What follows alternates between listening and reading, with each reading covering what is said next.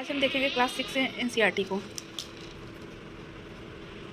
गलती से ये पिनअप हो गया है तो इसमें पूरे टोटल 1 to 6 लेसन है। पीछे मैं दिखा देती हूँ क्योंकि ना मैं उसको खोलूँगी तो किताब ख़राब हो जाएगी। तो नहीं सॉरी 8 लेसन है। लास्ट लेसन है भारत और जल, वनस्पति तथा वन्य प्राणी। तो हम स्टार्ट करेंगे पहले पार्ट से, जो पहले पार्ट में सबसे ज़्यादा इंपॉर्टेंट है। जैसे कि ये पहला लेसन है सौरमंडल में पृथ्वी। सौरमंडल ये इसमें सबसे इंपॉर्टेंट पॉइंट है यह पूर्ण चंद्रमा वाली रात या पूर्णिमा होती है। हाँ, तो इसको जब आप पढ़ेंगे और इसमें दिया गया 15 दिन के पहले इसे नहीं देख सकते हैं। यह नए चंद्रमा की रात या अमावस्या होती है। ऐसी रात में अगर आसमान साफ हो तो आप आसमान का अवलोकन अच्छी तरह से कर सकते हैं।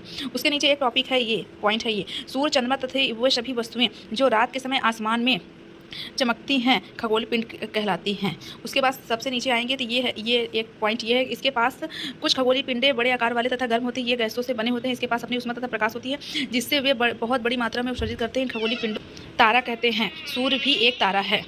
तो आगे पढ़ेंगे दूसरे पेज में इधर बना है कि ध्रुव तारा को कैसे देखते हैं। तो ध्रुव तारा उत्तर की ओर होता है। तो यहाँ पे दिया है रात्रि में, यहाँ पे मेन इंपॉर्टेंट तो पॉइंट ये है, आसमान में रात्रि में आसमान की ओर देखते समय आप तारों के विभिन्न समूहों द्वारा बनाई गई विविध आकृतियों को देख सकते हैं। ये नक्षत्र मंडल कहलाते हैं। अर्सा मेजर या बिग बेयर इसी का एक नक्षत्र मंडल है। उसके बाद नीचे आएंगे तो एक और है, बहुत आसानी से पहचानने में आने वाला नक्षत्र मंडल है सप्तऋषि या 7 तारों का समूह है, जो कि नक्षत्र मंडल अर्सा मेजर का भाग है। और एग्जाम्स के पॉइंट ऑफ व्यू उसके बाद ये पॉइंट सबसे इंपॉर्टेंट, उत्तरी तारा उत्तर दिशा को बनाता है।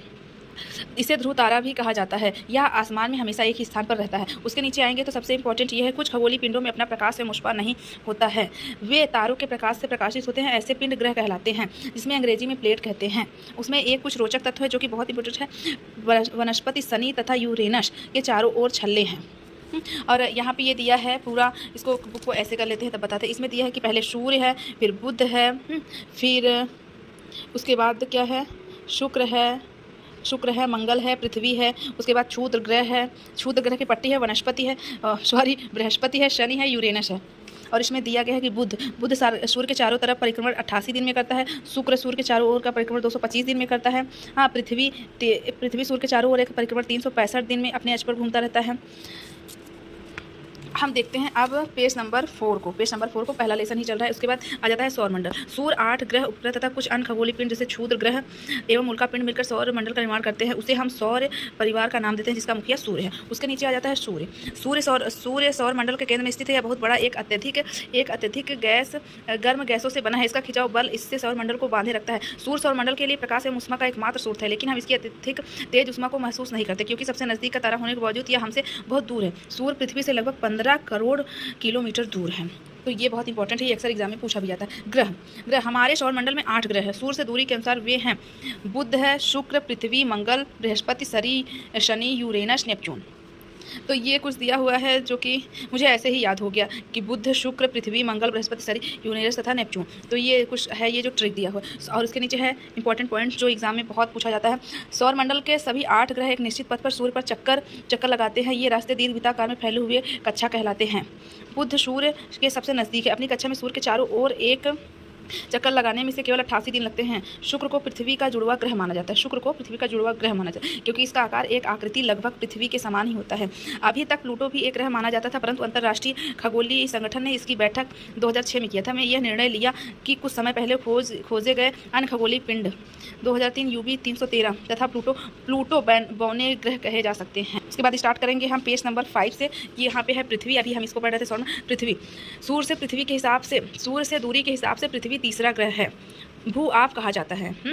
भू आप का अर्थ होता है पृथ्वी के समान आकार। जीवन के लिए अनुकूल परिस्थितियां संभवतः केवल पृथ्वी पर ही पाई जाती है। पृथ्वी ना तो अधिक गर्म है और ना ही अधिक ठंडी। यहाँ पानी एवं वायु उपस्थित है, जो हमारे जीवन के लिए आवश्यक है। वायु में जीवन के लिए आवश्यक गैसें जैसे ऑक्सीजन मौजूद हैं। इन्हीं कारणों से पृथ्वी सौरमंडल का सबसे क्षुद्र ग्रह है। ये हम देख सकते हैं ये। और इसमें एक इंपॉर्टेंट चीज़ दिया गया है कि नील आर्मस्ट्रांग पहले व्यक्ति थे जिन्होंने 21 जुलाई 1969 को सबसे पहले चंद्रमा की सतह पर कदम रखा। और एक क्वेश्चन भी पूछ लिया है, मालूम करो कि क्या कोई भारतीय चंद्रमा पर गया है। तो इसको आप पता करके कमेंट करिए। चंद्रमा हमारी पृथ्वी के पास केवल एक ही उपग्रह है, उसका नाम है चंद्रमा। तो आते हैं, ये सबसे कोई मतलब नहीं, इससे ये बहुत ज़्यादा इंपॉर्टेंट है। यह हमसे लगभग 3,84,400 किलोमीटर दूर है। अब आप पृथ्वी से सूर्य एवं चंद्रमा की दूरी की तुलना कर सकते हैं।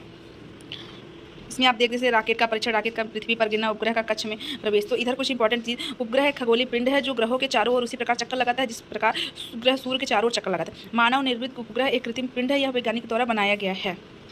आ जाते हैं आप अपने लास्ट पेज में जो 6 नंबर पर है। 6 नंबर पेज में है पृथ्वी, चंद्रमा पृथ्वी का चक्कर लगभग 27 दिन में पूरा करता है। उसके बाद ये सबसे इंपॉर्टेंट है एग्जाम के, उससे क्षुद्र ग्रह, तारों ग्रहों एवं उपग्रहों के अतिरिक्त असंख्य छोटे पिंड भी सूर्य के चारों ओर चक्कर लगाते हैं। इन पिंडों को क्षुद्र ग्रह कहते हैं। ये मंगल एवं बृहस्पति की कक्षाओं के बीच पाए जाते हैं। उसके नीचे आ जाते हैं उल्का पिंड, सूर्य के चारों ओर चक्कर लगाने वाले पत्थरों के छोटे छोटे टुकड़े को उल्का पिंड कहते हैं। कभी कभी ये उल्का पिंड पृथ्वी के इतने नज़दीक आ जाते हैं इनकी प्रवृत्ति पृथ्वी पर गिरने लगती है। उसके बाद इस लेसन में कुछ इंपॉर्टेंट नहीं दिख रहा है। एक और हमने लोग पढ़ दिया, लाखों तारों का समूह है, यह पट्टी आकाश गंगा है। उसके बाद हम इसके बाद जैसे इसी प्रकार की लाखों आकाश गंगाएं मिलकर ब्रह्मांड का निर्माण करते हैं। ब्रह्मांड की विशालता की कल्पना करना अत्यधिक कठिन है। वैज्ञानिक अभी भी इसके बारे में अधिक जानकारी के, ये सब कोई इंपॉर्टेंट नहीं है। उसके बाद ये प्रश्न है जो कि कुछ सवाल अगर आप लोग कर सके तो कर लीजिएगा। ग्रह और तारे में क्या अंतर है। उसके बाद किस ग्रह को पृथ्वी के जुड़वापन के नाम से जाना जाता है, तो वह है शुक्र। सूर्य के तीसरा सबसे नज़दीक ग्रह कौन सा है। बस, तो अगर वीडियो अच्छी लगी हो तो लाइक एंड सब्सक्राइब जरूर कर दीजिएगा। Thank you. अगर इस पर ज़्यादा व्यूज़ आए तो मैं आगे भी NCERT की पूरी बुक ही डाल दूँगी। तो मिलते हैं अगले वीडियो में, तब तक बाय बाय, थैंक यू।